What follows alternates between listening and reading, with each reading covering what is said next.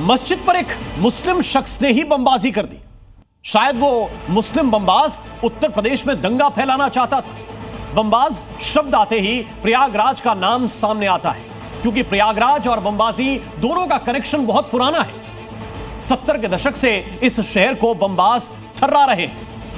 पुर्रे नाम का बमबाज से शुरू हुआ यह सिलसिला गुड्डू बमबाज से होता हुआ अब RDX तक पहुंच गया है, जिसने मस्जिद पर बम फेंककर सावन के महीने में उत्तर प्रदेश का माहौल खराब करने की साजिश रची। अब यह बमबाज योगी फोर्स के रडार पर है। कंधे पर टंगे बैग में से निकाल कर बम फेंकते इस शख्स को भूले नहीं होंगे आप। ये वही गुड्डू मुस्लिम है जो गुड्डू बमबाज के नाम से मशहूर है।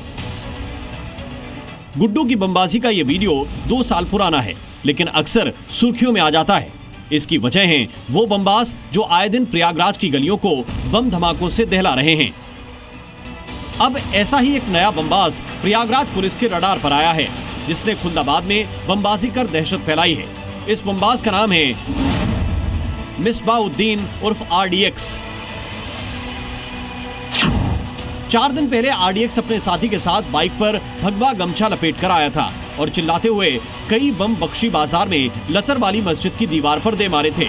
बमबाजी की इस घटना से पूरे इलाके में अफरा तफरी का माहौल बन गया था। एक बमबाजी की वारदात खुलदाबाद इलाके में स्थित लतर वाली इसी मस्जिद के बाहर हुई थी और उस बमबाजी की जो वारदात है, जिन लोगों ने दिया था उनकी पहचान पुलिस ने कर लिया है। मिसबाहुद्दीन उर्फ RDX ने बमबाजी की घटना को अंजाम दिया था और वो अभी भी पुलिस की गिरफ्त से बाहर है, लेकिन पुलिस ने CCTV फुटेज के जरिए उसको चिन्हित किया है, उसका स्केच तैयार किया गया है और उसकी गिरफ्तारी पर 25,000 रुपए का इनाम भी घोषित किया है। मस्जिद की दीवार पर हुई बमबाजी की इस घटना से पूरे इलाके में तनाव फैल गया। कई सवाल हवा में तैरने लगे। आखिर RDX ने मस्जिद के बाहर बमबाजी का प्लान क्यों बनाया? कांवड़ यात्रा के बीच शहर का अमन चैन खराब करने की कोशिश तो नहीं थी। RDX ने किसी के इशारे पर तो मस्जिद पर बम फेंकने का प्लान नहीं बनाया। माहौल खराब होने के डर से पूरा पुलिस महकमा हरकत में आ गया। जिले के 50 से ज्यादा बमबाजों को ट्रेस कर उनसे पूछताछ की गई।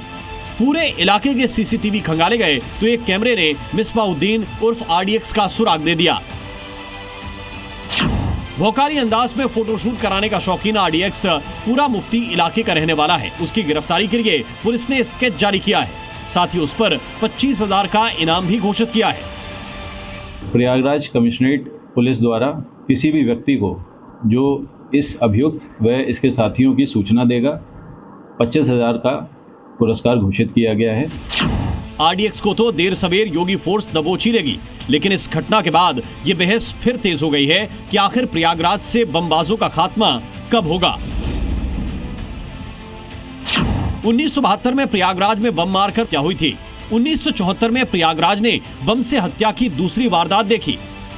इसके बाद तो प्रयागराज में बदमाशों ने एक दूसरे को डराने और जान लेने के लिए देसी बमों का इस्तेमाल धड़ल्ले से करना शुरू कर दिया। आए दिन बमबाजी के मामले सामने आने लगे, लेकिन 2010 में BSP सरकार में मंत्री रहे नंद गोपाल गुप्ता और नंदी पर बम से हुए हमले ने प्रयागराज को खतरनाक बमबाजों के गढ़ के रूप में मशहूर कर दिया। 12 जुलाई 2010 को नंद गोपाल नंदी पर RDX लगे स्कूटर में धमाका कर हमला किया गया, जिसमें नंदी गंभीर रूप से घायल हो गए। 4 महीने तक उन्हें अस्पताल में भर्ती रहना पड़ा। हालांकि उनकी जान बच गई।